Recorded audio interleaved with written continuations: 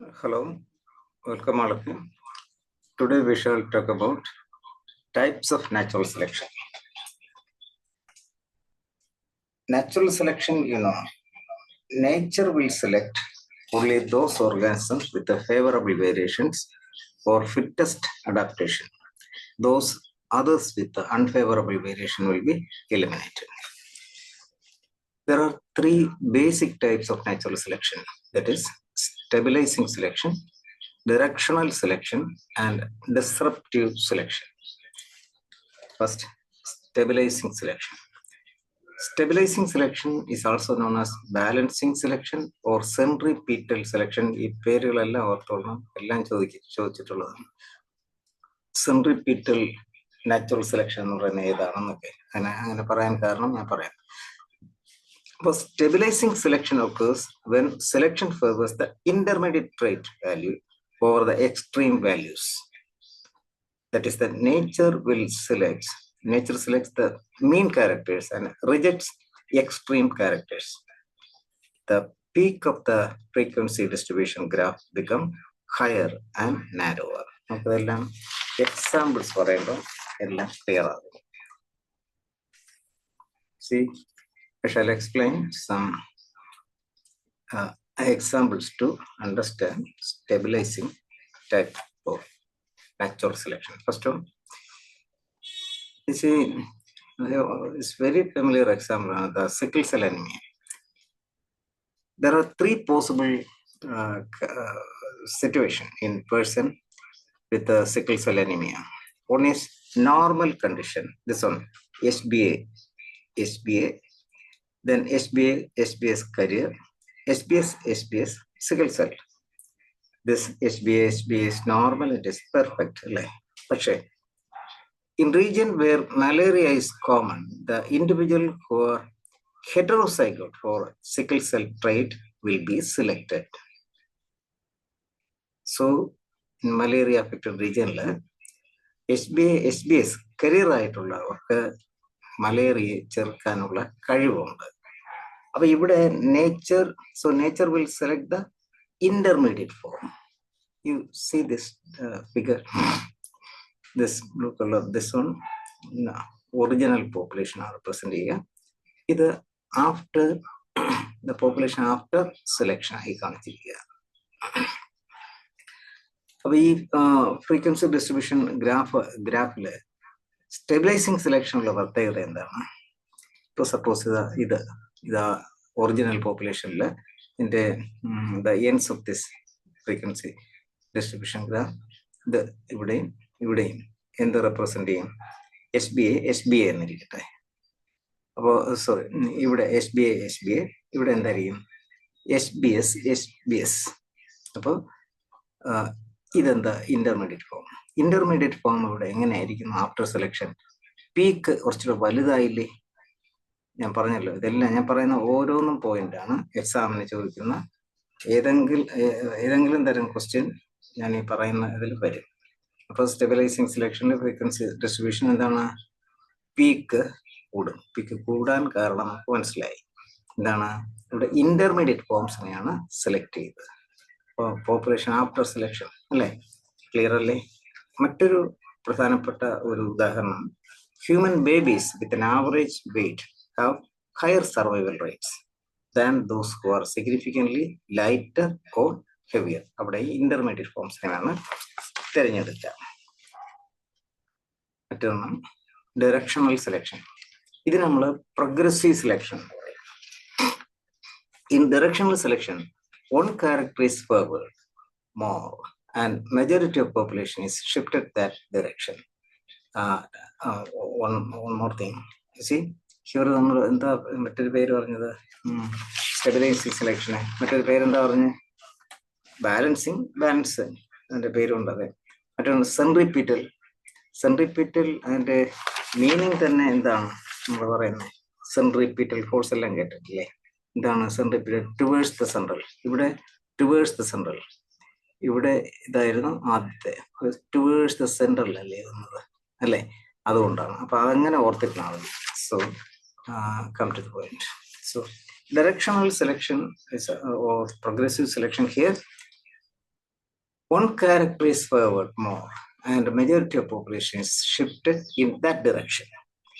Industrial mechanism in peppered moth or Biston petunia is familiar example. The moth with a darker wing coloration are better camouflage than those with the lighter wings against polluted tree trunks. Before industrialization, the light color, gray and white color, moth were far more abundant. Then, but after industrialization, the moths with the darker wing coloration are better. Direction thus the graph is shifted to one direction. This is directional selection. This is original population. This is shifted. Shifted in one direction. Understand? Okay. Then another example, DDT resistance in mosquito. Here, only those insects resistant to DDT survive, while the susceptible ones are die out.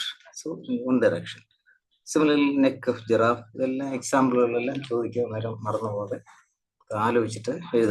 environmental pressure favored one extreme character, long neck, than the shorter. Clearly, then. Next question. Disruptive selection. It is also known as the diversity selection or centrifugal selection. Centrifugal. In disruptive selection, both the extreme characters are selected. Near opposite. The stabilizing selection opposite, and the mean character is rejected. It is the only type of natural selection that tends to increase the genetic variability. Increase the genetic variability. Either natural selection is variability extremes are selected. The rare disruptive selection. Population familiar extremes select genetic variability. Genetic variability that may lead to polymorphism. Polymorphism, population existence of different types of organisms within the same species. Polymorphism. Previous question point. Darwin's pinches. Extreme big sizes and small or large. The big size are favored over intermediate ones. Then disruptive selection in limpets. Limpets are marine snail. The snail exists in three different colors: white, brown, and dark color. Here the nature will select the extreme color, that is white and dark color. And in that area, sea sand is white, not brown. Then white sand is covered with the white barnacles. This is white sand with the white barnacles. White snails, limpets, other nature selected. So the white snail can blend with the white background and white barnacle. Snails which are found in rocks were black, and the rock is also black. Nature will select the extreme traits. Extreme traits white and dark. Clearly? Any doubts? Centrifugal centrifugal force.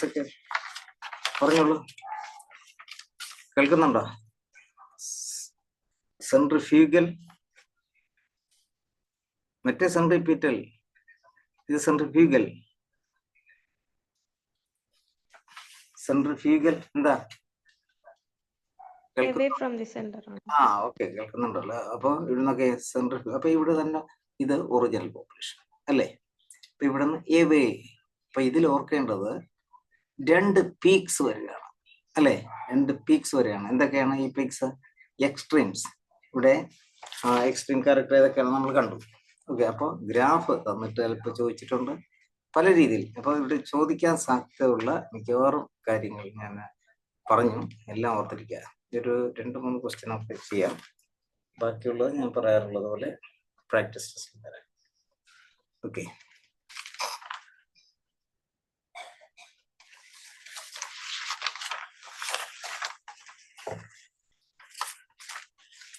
which of the following type of natural selection promotes polymorphism?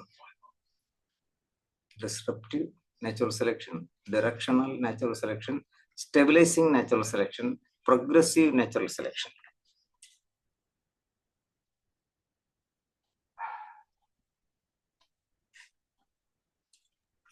Disruptive.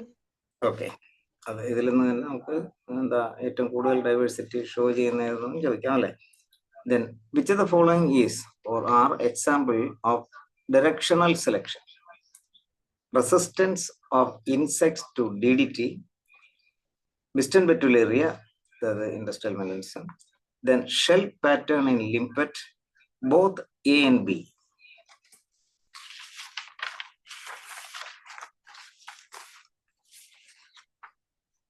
A and B.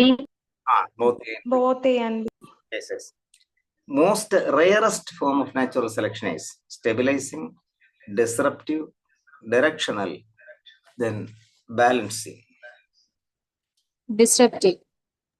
Okay, okay, okay. ഇത് ചെറിയൊരു ഭാഗമാണെങ്കിലും പലപ്പോഴും എക്സാമിന് ചോദിച്ചിട്ടുള്ളതാണ്. അത് ഓർത്തിരിക്കുക. Okay, thank you.